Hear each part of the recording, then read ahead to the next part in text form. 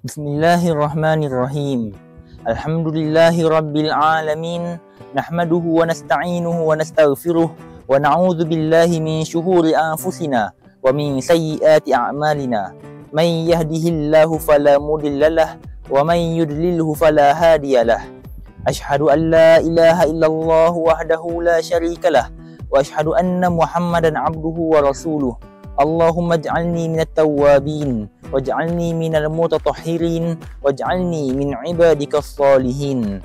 Amma ba'd. Assalamualaikum warahmatullahi wabarakatuh. Ismi Muhammad Nabil bin Armah. Hadha raqmu bitaqati syakhsiyati wa hadha raqmul julusi wa hadha ramzul mawdu'. Wal yawm سأشرح لكم عن الموضوع مهم في النحو العربي وهو حرف الجر. أولا هيا ننظر إلى تعريف حرف الجر. ما هو حرف الجر؟ حرف الجر هو حرف يدخل على الاسم ويكسبه الكسرة، أي يجعل آخر الاسم مكسورا، مثل في المسجد، على الكرسي، من البيت. ثانيا هيا ننظر إلى أنواع حروف الجر.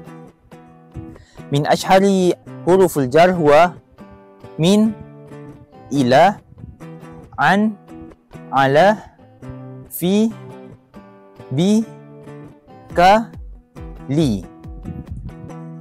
في هذا الدرس سنتعرف على أنواع حروف الجر في اللغة العربية ومعانيها في الجمل. حرف الجر من تستعمل لبيان المبدئي أو الأصلي، مثل خرجت من البيت، أي من مكان البداية، وقد يفيد التبعيض، مثل أكلت من التفاح، أي بعض التفاح. إلى يستعمل للدلالة على الانتهاء أو الجهة، مثل ذهبت إلى المسجد، أي إلى مكان معين.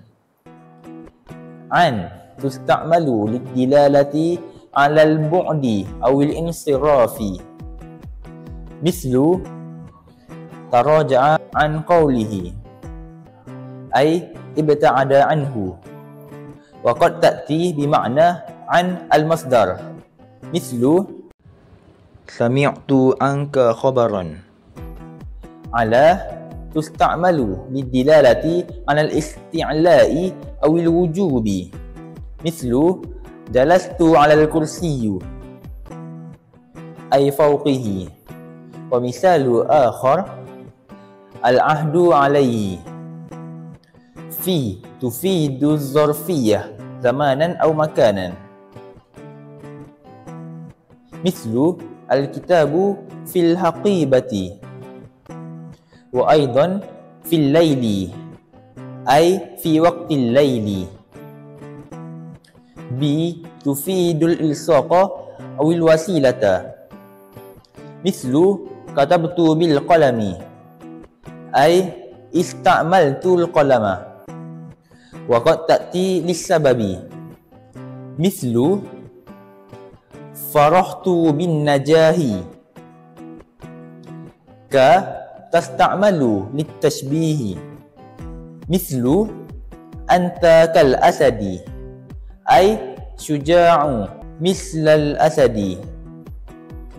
لي تفيد الملك أو الغاية، مثل الكتاب لأحمد، أي ملكه.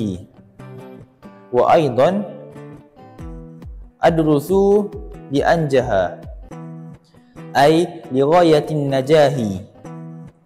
الكتاب لأحمد، أي ملكه. وأيضا أدرس لأنجح، أي لغاية النجاح. هيا ننظر إلى مثل أول. ذهبت إلى المدرسة. إلى هو حرف الجر مبني على السكون. ومثل الثاني جلست على الكرسي. على هو حرف الجر مبني على السكون. ثم هيا ننظر إلى أمثلة من القرآن الكريم. بعد أعوذ بالله من الشيطان الرجيم قال الله تعالى فسبح باسم ربك العظيم. سورة الواقعة آية 96. الحروف B دخل على الاسم اسمي فصار مجزورا بالكسرة. ثم هيا ننظر إلى أمثلة من الحديث النبوي. قال النبي صلى الله عليه وسلم دخلت الجنة فرأيت فيها قصرا. الحروف في دخل على ضمير ها أي فيها. وفي الختام نرى أن حروف الجر تساعدنا على فهم المعاني الدقيقة في الجمل العربية، فلنحفظها ونستخدمها في كلامنا وكتابتنا اليومية. والسلام عليكم ورحمة الله وبركاته.